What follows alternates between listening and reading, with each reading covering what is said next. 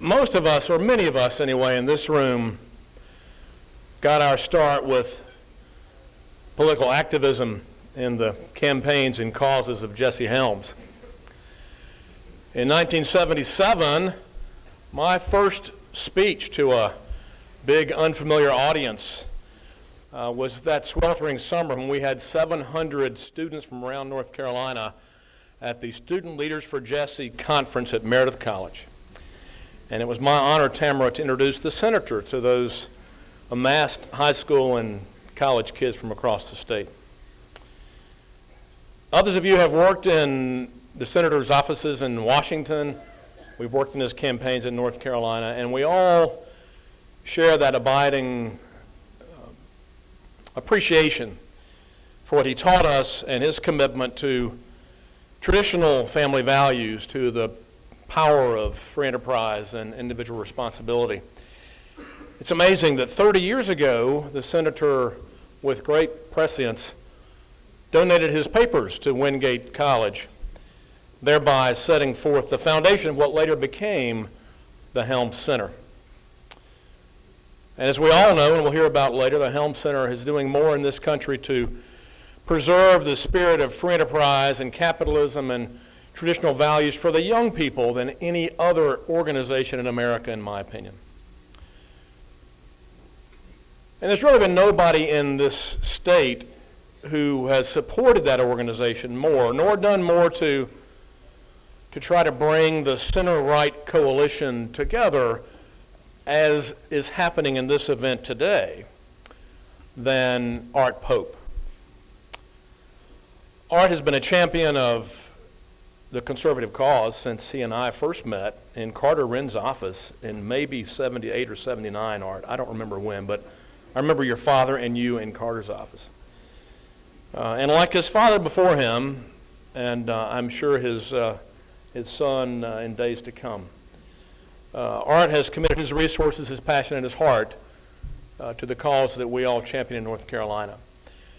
I'm proud to introduce you to the man who had the vision of bringing this group together today, our friend Art Pope. Art.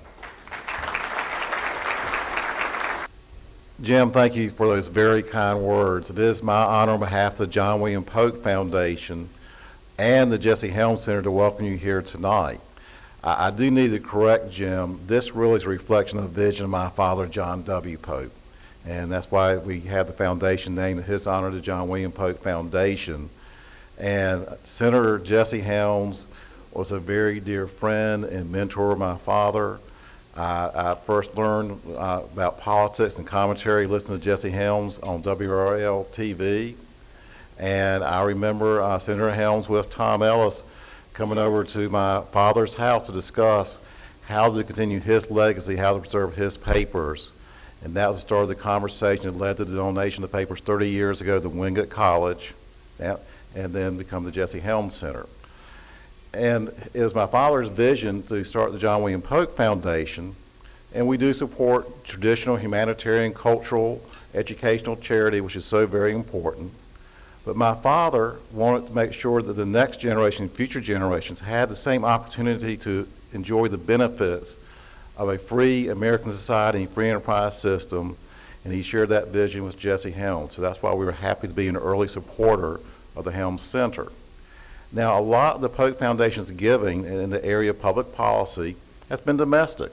Again, very important areas: education reform, K through 12 and higher education, tax reform, regulatory reform, the environment, housing, how to lift people out of poverty and able to make them more successful in life and provide for their families. And we didn't do a lot in the area of international relations. Now, the Helms Center and the legacy of Senator Helms address both areas. But as we've heard today, and so much from Jim Kane, you can no longer separate the domestic from the international.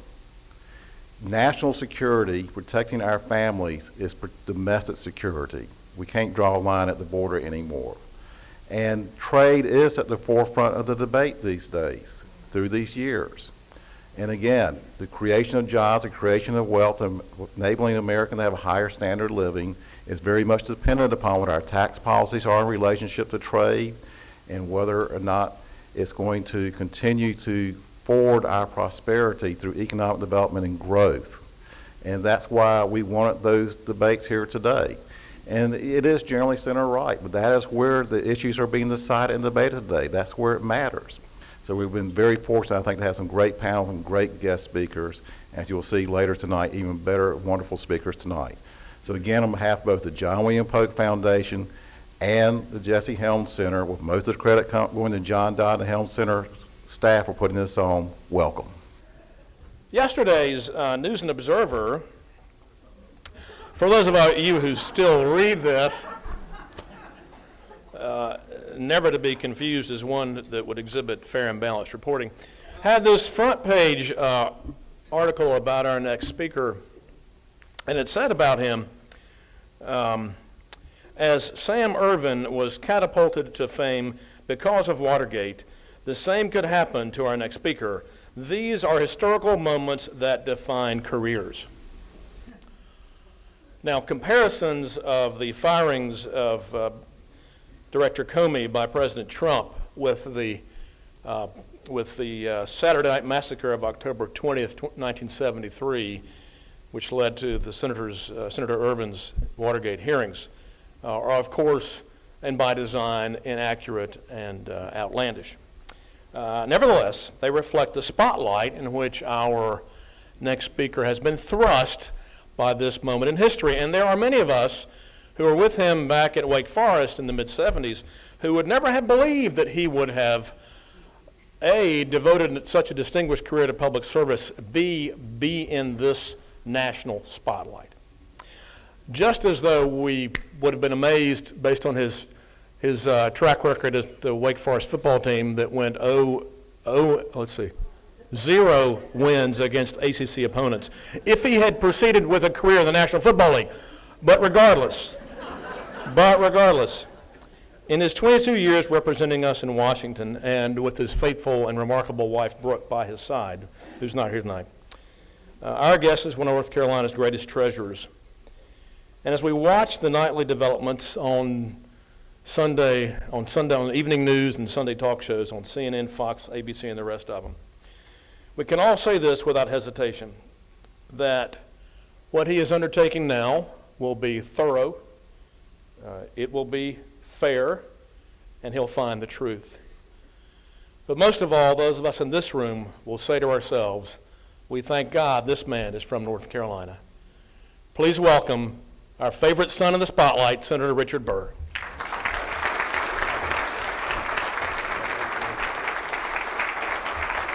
Thank you. Thank you. No, sit. You know, that doesn't happen in the Senate very often, that people stand up. Now I'm in the top 25 percentile in age, John. We've gotten such a young group in, it's hard for me to believe that I'm what I criticized when I got to the House of Representatives. But with every year that gets on, I realize that I lose just a little something in mobility. Hopefully it hadn't affected me up here yet. Listen, I'm grateful for the invitation and for the opportunity to the Pope Foundation and to the Jesse Helms Center Foundation. The work that both do is invaluable. And North Carolina is blessed because we get to call them ours. And so many people in this room were touched by not just the Pope family and the Helms family, but they were touched by them, and they have touched more, not just in North Carolina, but around the country. And that's the beauty of what can happen when people invest in good things. So I'm grateful to each one of you who are here for the investment you make in the continuation of both the Pope vision and the Helms vision of the contribution we need to make. Now, it's been a little challenging week for me. But this year, as I like to say, every day is Monday. Monday is not the favorite day of the week for most. Every day of my life now is Monday. I have a measurement tool for success. Did I wake up? Did I go to sleep? If one of those two things don't happen, it's not been a good day. So it's safe to say that with the events of the last week, it's reminded me of the importance of what I do. But it's also reminded me with the hearing yesterday on global threats that I can't just focus my efforts on an investigation into Russia's involvement in our elections, because the globe is a very unstable place as it relates to security today. I said weeks ago that for the first time I woke up and got my intelligence brief and there was not a continent that was not covered. Think about that. There was not a continent that was not covered in my morning brief, meaning there was some degree of threat from that continent towards the United States or towards our partners. That's the norm today. And I'm going to be very brief as I talk about sort of the global security challenges that we're faced with, but in the first 5 months I've tried to travel at least once a month because last year sort of locked me into North Carolina with an election. And it's been very predictable what I've found. I've found world leaders and chiefs of intelligence organizations around the world that when I walked into their office, they looked at me and said, "Is America going to lead again?" First thing, is America going to lead again? I think of what Senator Helms' reaction would have been had he walked into an office and that was the first thing he heard. But you see, our partners around the world are hungry for American leadership. And there's a reason for it. And our education system doesn't do it justice. We have elections in the United States that are very predictable. We elect a House member, we know they're there for 2. We elect a president, we know they're there for 4. If we elect a senator, we know they're there for 6, and short of impeachment, death, they're going to serve it out. But 95% of the rest of the world are coalition governments. They live or breathe by one vote, one coalition that comes in to form their government. There's a reason that President Hollande only got 4 years, I think, John. It's because he was brave enough to look at what was going on in Libya, where they had a historical reason to be concerned. And he said, "I've got to go to Libya," and Barack Obama said, "No, we're not going." America didn't provide a liability umbrella. If you remember, after the French and the Brits said we're going to go take care of the problem there, America finally went in and provided a little bit of logistics capabilities. But what America has done for so long is we've been a liability umbrella for the coalition governments around the world so that they could go to their people and say, "We've got to go because America's going." When America doesn't lead, they don't have that protection. And they've got to judge whether participation is worth risking the stability of their own governments. Not many countries would take that on. So, the challenge that we've got today is, can we lead and can we recognize the fact that we can't co-share that position with China and Russia? And I hope the ambassador will get into that in a little more depth, because I don't know of anybody who has a longer history and more insight into why that's dangerous. But I think there was a tendency on the part of the last administration to say, let's rotate this leadership of the world. Rotating the leadership does not provide the relationships with our long-standing partners that we have to make sure that we can police the world, especially when we have the security threats that we do today. So, what do we need today? It'll require a strategic policy to eliminate the threat. It's going to be different in every region of the world. It may be different in Syria than it might be in Afghanistan. But if the strategic policy is not in place that we eliminate the individuals that present us the threat, we have no hope. We cannot win, because generationally we will be beat down to a point that the investment will never be made. And I think some might agree with me, it's gone on too long without that strategic policy in place. And our children have paid the price in many cases. So, as a nation, we can either choose to focus on the threat, or we can focus on the opportunity. I want to talk about the opportunity because I think that's more important than the threat right now. The opportunity is to actually grow the U.S. economy. It's to create jobs. It's to have tax reform, real tax reform, that makes America competitive globally. It's to create jobs so our children can look at the investment that they're making year after year in education and say, there is a pot of gold at the end of this rainbow, but I've got to work to get there. If they don't see the pot of gold, no wonder we lose them somewhere along the way. It's cutting government regulation, and I applaud the Trump administration for how aggressively they've gone in early and they've tried to say to business, we can get these things out of the way, but we can't stop there.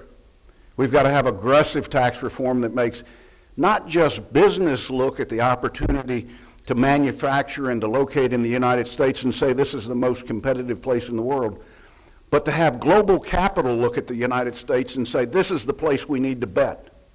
This is where the greatest predictability of return is. That can't happen without the American people being behind big things. You know, I really worried as this year started with such a split of the American people. Could we do big things? And I'm convinced today, after hearing the president, who's only focused on big things, we have no choice. That we're destined right now to do big things, and it's not because of us. It's because of the next generation. You see, for those that don't know it, probably since I saw a lot of you last, I've had a granddaughter. For those that have one, you know what I'm talking about. For those that don't, eat your heart out. But there's this switch that kicks. And it kicks automatically. And everything in life is irrelevant as it relates to me and to my wife. Everything and every decision I make is about what she inherits. Not in wealth, contrary to the campaign ads.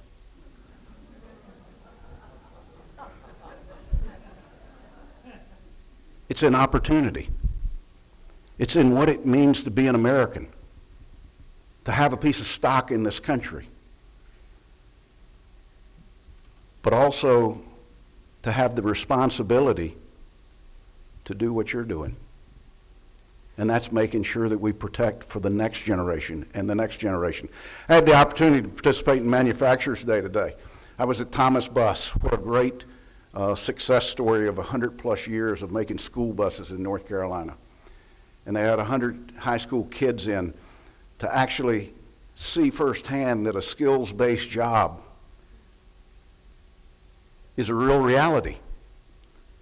And it pays as much as a knowledge-based job today. But here's the exciting thing that these kids learned. And this is where America's going. As this becomes more a tool that we use every day, technology is beginning to intersect everything that we do in life, including manufacturing. Technology's intersection with healthcare is going to change the landscape where there were walls we couldn't get over because of policy or because of cost. We're going to be able to penetrate right through the wall because technology is going to give us the key to do it. Technology is going to take textile and furniture manufacturing, put North Carolina back in the business, Jim, I think. I'm already beginning to see a lot of it. But it's also this integration of skills, doing things with your job, with your hands, and technology coming together. It takes both. And who's better positioned to take advantage of it than North Carolina? See, one of the reasons I'm so excited today with a day like I typically have that could really bring you down is I can see this opportunity. I see the pot of gold at the end of the rainbow. It's not for me, but it's for my children and my grandchildren. And I have an obligation to do everything I can to make sure that that becomes reality for them. That there's no next member of the United States Senate that looks back and says, why didn't they invest a little more time? It's our time. It's now. It's tough to do big things, but the times require us to do big things. So I think what you will continue to see us do in Washington is to try to grow this economy, put the American people back to work, and I would probably predict for you today that this might be the secret sauce to how we eliminate some of the threats around the world. John and I were talking earlier. You can't eliminate everything with military power. If you could, we wouldn't have any problems. And the fact is that when you match that with growing economies and countries that today there are no job opportunities, that we actually create growing economies off of our success here. We create options for people other than getting a paycheck to be a fighter for ISIS. Think about that. Through growing our economy, through seeding our economy so our children win for the next 50 years, we also assure them that the risk of terrorism might be less because we've shown the terrorist a better way to feed their family, a safer way to raise their kids, a more predictable way to be a parent and a grandparent. It may sound a little far-fetched, but I would suggest to you it's within our grasp. It's right here. And for those that say America can't change that much to accommodate it, let me remind you of the words of Thomas Jefferson. He said this, "I'm not an advocate of frequent changes in laws and constitutions, but laws and institutions must advance to keep pace with the progress of the human mind. Be very careful what you do with the Constitution and with laws, but sometimes laws and institutions must be reformed to reflect how technology has affected what we do." So when I look at my kids now and they live on this, I no longer see it as a deterrent to growth for them. I actually see it as an asset to growth for all of us, because this is just a small version of what we're on the verge of unleashing in every facet of how we interact every day. All we need is the policies to allow that to penetrate and play the role that potentially it can. I'm grateful to you because if you didn't invest in the Helms Center, we wouldn't have the next generation that was ready to stand up and lead. I said to this 100 kids today that it's easy for me to tell them what it takes to be successful, but I can't tell them what it's like to have a responsibility. I can only set the example for them. You see, de Tocqueville came to the United States and he said that the United States was the greatest country in the world. And when he was asked to define it, he defined it this way: the American people have the capacity to volunteer, to give of their time and their resources to help anybody in need. De Tocqueville didn't attempt to address government. He was addressing the American people. And what you understand well, and we need to teach every generation, is this is not something that's passed in our DNA like other things from parent to child. This is something the next generation learns by the examples that we set. When they see parents and coaches and teachers give of their time and their resources, they grow up to be adults doing a very predictable thing, giving of their time and their resources. I can't tell you how many times I saw Senator Helms give of his time and his resources. Every school group I meet with in Washington, and because I'm close to Washington, I get a lot of them. All I think is of the one day I was out there with I was going to meet with Senator Helms. I was in the House, lonely House member. And I walked up to Senator Helms and he looked at me and he said, "Richard, this is the most important thing you can do in Washington. He said, they're our future, not us. Well, he was right. Our future's not us. Our future is our kids and our grandchildren, and shame on us if we won't make the ultimate investment to make sure that they have the opportunities that we've had. Thank you for inviting me. God bless.